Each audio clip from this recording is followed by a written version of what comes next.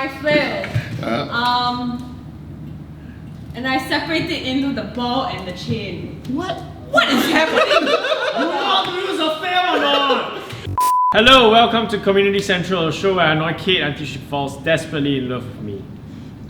But today we are going to be doing something very exciting. We're exploring the community of Dungeons and Dragons. We are right here at Experience Point, a place which organizes tabletop games. And we have two special guests. Yes, they will be coming on with us. They are D&D lovers as well, and they'll be joining us on our quest To slay the dragon, let's go! Sure, let's go!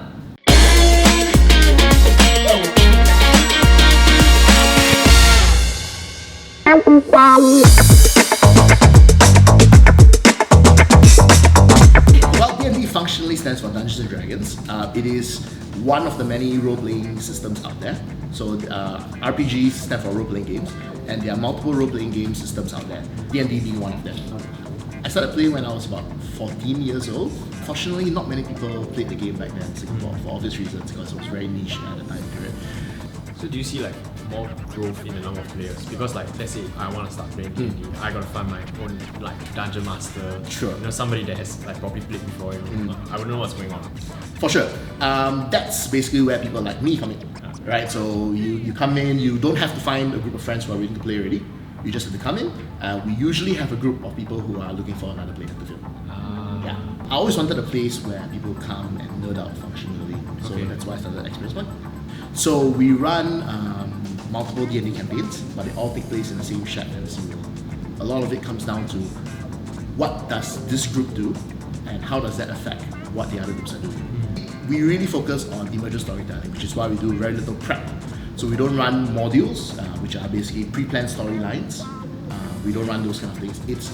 Everything is about consequences. What players do and what consequences that happen as a result of their actions. Okay, so now that we've learned a bit more about D&D, we're gonna play it. We're gonna play some version of it that we decide. A mini campaign. Yeah, Like a single one-shot session. yeah, we're gonna do a one-shot session, and we will have a few special guests joining us. So let's go. Hi, today we're gonna play D&D. We have two special guest players, Brightman, Avery. Of course, our Dungeon Master Terence. Yes, amazing. The both of you are D&D fanatics.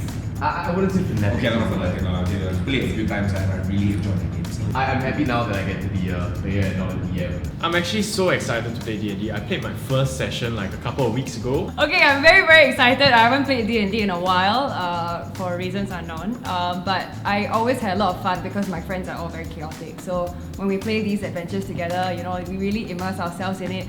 So yeah, I'm very hyped. So now we're gonna decide our characters, and we have like character sheets that have everything, and then we're gonna like come up with our own special players. Let's go! Alright, so we've just all decided our characters. My name is Moric of Orc Land. Oh, Damn. Good name. Orc Land. Not Auckland. Orc Land. It's a good name still. Moric of Orc Land. Nice. I am a Vivacious, Viv for short. Vivacious The Elf. I think everyone loves me, but no one does. With her charisma, we can't doubt. Love it. Hang into it. So my name is Damian. I am a dragon-born sorcerer. Yep, that's it. My name is Pao. I'm a tumbling barbarian.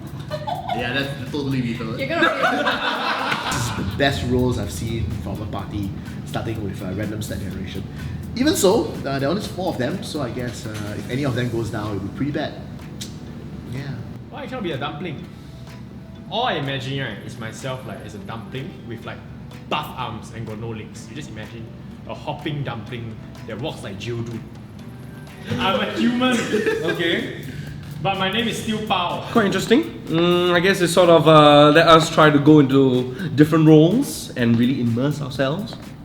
I'm expecting a lot of chaos. I really do believe that it's going to be a lot of fun. Alright, excellent. You find yourself in a large mansion, And the gnome stands there at the top of the stairs and he clears his throat. He goes, introducing the lady of the house. You see a woman, also a gnome, but this time rounder and taller than the current gnome servant that you see. All it requires, I'm sure even adventurers like yourself can handle this. It's a 3-day trek into the woods where her friends have arranged for a party for her. You are under no circumstance allowed to tell her what is going on. This woman, to your surprise, is not a gnome, but she is a human. Plot twist. Human mother is dragging her by the hand. The gnome that you met previously is dragging her by the hand. She says, you have to go. These 4 people will look after you and make sure that nothing comes to pass. She looks at you with large brown eyes. She's maybe about 12. Not meant to be there. Forgive my compatriots' manners. So what is your name, young? She says, I'm Tris. She goes, I want to an adventure. Trust me, it's gonna be fun. Yeah. What if I let you hold my flail? As you pick up the flail, her eyes widen and she goes, Ooh. she reaches out for it. I take it back and say, I give her my flail. Why did I give Tris my flail?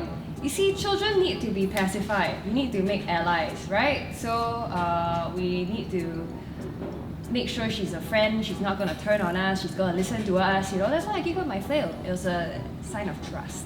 Yeah, ask her, are you ready to go? He goes, yeah, I suppose. Alright, great. Your trek through the fields are uneventful, as you might imagine. It's just farmland. Right, doesn't really go anywhere. However, as you break for camp for the evening, you find yourself near the edge of the woods. And the woods are dark. You've heard stories about the woods here. You've heard tales of wolves who come by and eat people. You've heard of bears that stalk these places. We started off with everyone saying that they wanted a basic escort mission. So that's basically what we went with. I decided to go with something that's kind of darker and creepier. Mainly because Cait said that she hated horror, so I just decided to do that. Despite the fact that it is early morning, walking through the woods alone, but the deeper you walk in the forest, the trees reach up. This part of the forest, sunlight barely reaches the floor. And you break for lunch, you eat your lunch, you carry on. What's in her bag? She has not opened her bag yet. Okay, Tris, you held my flail, now can I hold your bag? She goes, sure. Inside there's a change of clothes. It's a white robe. What from Shein? It's spun linen, right? And it's a rough cloth of some kind that you're feeling. This reminds you vaguely of something that you would wear for ceremonial purposes. She's gonna get married. Can I ask Tris? I want to ask Tris. Have you ever worn this before? She goes, why did my mom pack that? I feel like there's something in the back of my mind. I feel like I recognize the roll. 15. Hey, plus what? Wisdom, right? Plus 2, 17. These robes are definitely used for ritual purposes, and you need it to be pure. Can we check if there's anything else? Yes, there is a knife at the bottom of the pack. Oh! Is that all that's in her bag? And at the very bottom, then you see that there's a package, a brown paper package. More importantly, it's locked. We need to open this box. Tris walks over and goes, guys, what's going on? Intimidate her!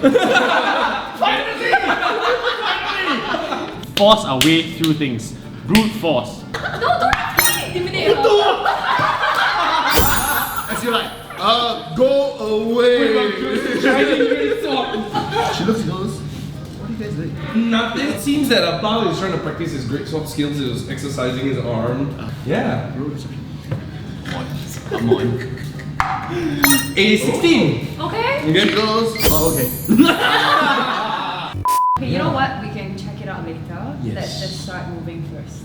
Okay. We'll check it at sundown at dinner. Alright. You I could- put down my sword disappointingly. There's somebody watching us. As you look at where he's pointing, you don't see anybody there at all. You hit to where you swear you saw this person. As far as you can tell, this person is dressed in a large hood. As you approach there, however, there is no one there. There is no trace of anyone there, except for a carving on the tree. I grab a stick again, I cast light, and I read the carving. It is a symbol that's carved on the tree. You remember this glyph. You think that this is the identifying sigil of a cult in the past. It's the Sewn Tongue. This glyph is of the Sewn Tongue origin cult. First thing in the morning and away from this place. You walk, and as you approach evening, you find yourself arriving in what looks like a small canopy of trees that have grown together. Can't shake the feeling that this looks like a chapel of some kind. Okay, so they'll take the first watch. Yeah. Then you will take the second and third and fourth. Okay. On the second watch, someone is moving the cameras around. And then I try to take a look. I charge past Damian. So you charge past the person kind of like, whoa! What's up? Shall I follow up? As you put your sword to the person's neck. the person Oh, is- no, he doesn't. Right, he puts his hands up. You see that he has a dagger in his hand. The dagger looks familiar. It looks like a knife from the backpack. He does look like a knife from the backpack. His hood is down. It's Am I- down. I have both investigation and intimidation. There you go. Take him up against the tree. Ask him who are you. So he's slamming against the tree. Bam! The knife falls from his hands, and the hood kind of crumples back a little bit. And you see a person. Who are you? He goes. He just looks at you blankly. He raises his hands. Can I intimidate him? To say something. What do you mean? He's unfazed. I'm trying to persuade him to ask where are you from and who Yeah, are you. intimidate him. Okay, you intimidate him. Okay. 14. He just looks at you blankly. But I You know why he's not speaking? His tongue is sewn. I'm intelligent. open your mouth. I open his mouth. Pry his mouth open. You feel him fighting you every inch, but you pull out and you see that his thumb is cut. At this moment, you roll dexterity, not the Oh, okay, go. 16. Plus 2. Ooh, 18. You feel him kind of writhe down as he tries to grab the dagger. Wow, my biceps. You grab him out and say that he seems to be struggling to try to grab the dagger. Hey, bro, you wanna kill him already? No, we shall not. I want to get more. I want to get more information from What's wrong with Nicholas. you? No! I know, but you literally are holding him by through brute force. Just stab him lah! What are we waiting for? While they are arguing, I wake up from all You're the asleep. noise. Right? He reaches the knife. And he's grabbing the knife and he seems to be trying to stab himself. Do you want to stop him? You better stop him. He like grabbing down on him like, everything is slow mo. Stop. No! Alright, you shove it to the tree and the blade goes. Now let me do some persuasion. But then it comes to the realization that he didn't have a tongue. Hey, hello, wake up. Hello. Alright, it seems that we're being followed. Yes, Okay, it's by the sewn tongue. No! That's gnarly! Yeah, it seems you're being Why followed. is he dead? It Who has- killed? Did you guys kill him? He did it himself. Yeah, he killed himself. It seems that he has the same dagger as the one in Tristan's backpack. Did you guys manage to ask anything out of him? Okay, here's what happened. Okay, he carving the glyph in the tree. Then after that, we found him. He doesn't want to talk because he can't. I think the mom is definitely part of this cult. Let's just get Okay, out let's of go. here. Yeah, and we grab our things. We and- traipse through the forest. You leave the chapel and you head on your way. Eventually you arrive in the glade that you were told to arrive in. We immediately look around the place to find if there's anything This wrong. is a small clearing. You see large pillars. I look for traps. There are no traps. You do find behind a pillar overgrown trapdoor that is open. Okay, we're gonna stay in this position. We're gonna continue walking straight. If you see anything, let us know. She goes, yeah, we're approaching the landing at the bottom of the stairs. Does it look safe? There are people here.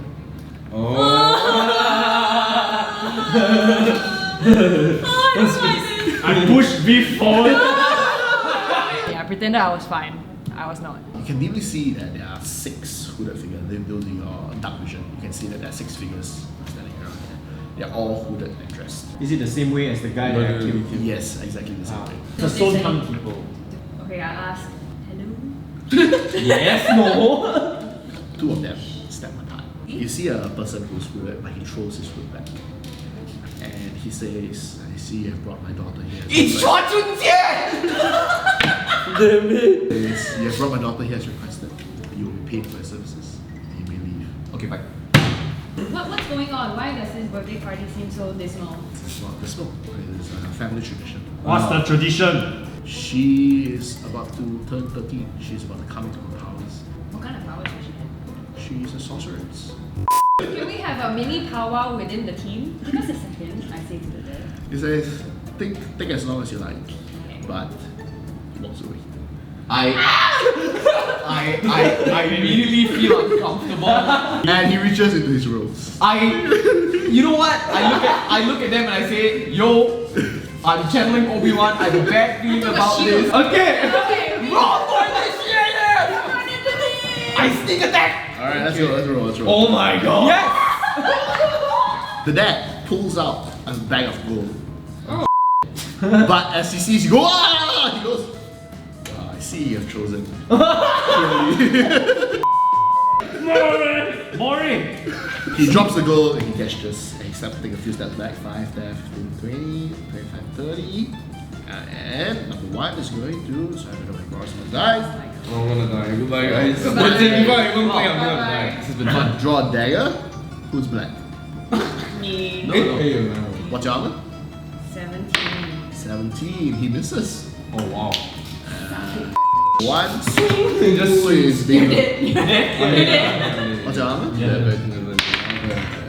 Oh, it's a 12. Bye guys, I'm dead already. I'm not even playing already. Guys, I died. Like, what was that? I swear! And I'm literally the first one to go down, leh. And I wasn't even the front person. Why did the Vivacious die? I mean, not saying that she should, but Why? I wanted to play, I wanted to play and then I died. Sometimes right, it's the dice. It's not up to skill. As you stab him and he goes down, the blood spills onto the dirt. Dark red, and you hear Trish scream in the distance. I take my flail. And I separate it into the ball and the chain. What? What is happening? You know how to use a fair or not? Yeah, unconventional warfare. That's not smart. I don't think Cait knows how the flail works. Doesn't work that way. shoot my bow and arrow. Do us justice, Bao. Bao just his biceps. I hit one with my flail. Shoot one. Beat him up! He's doing sinister strange. The father reaches with his knife. Oh my god, Trish is gonna and freaking die. stabs her right in the chest. And as the blade goes out, you see the blade jump with her erratic heartbeats. And she cuts it down and pulls the knife out. She pulls the knife out, bright arterial blood sprays upwards. And the roots of the tree hanging right above there begin to descend. Trish is obviously dead. I don't know what to do next. So what actually happened now? It's dead. Oh, the That's how it ends. So we just failed miserably lah. Technically, the mission details were like, hey, get the girl to the place. And we did. Never say alive or dead lah, but I think all in all it was a lot of fun. I think it was a great group. Being able to do everything and anything, I think that's honestly the beauty of D&D. You can actually do anything. So if you're really very interested, come down to Experience Point, give Terence a call, or like maybe drop him a DM on the Instagram page and then find out more. Because it's not just for nerds. You know, there's nothing wrong with being a nerd, but like everybody can enjoy themselves while doing this. The D&D community has grown significantly over the past 2 years, you know, and that's great. A lot of people, however, have only tried Adventurer Link, which is one series of one-shots. I would encourage you to find a home game that you enjoy. You know, can be anywhere. Anyone who's willing to run a home game for your campaign. That I think is the best way to play D&D. That's the traditional way to play D&D, and I think that's a great way to get started with the hobby. Thank you guys so much for watching today's thank you episode. guys. And thank you so much, Terence, for hosting this session for us. And thank you, Brightman and Avery, for joining us as well. Do stay tuned for the next episode of Community Central, and do remember to like, comment, subscribe, tell us what you liked about this. Tell us who's your favorite character. and remember to always Answer. roll for initiative. Yes. I lost. You got 3. Ha! And my initiative is 11.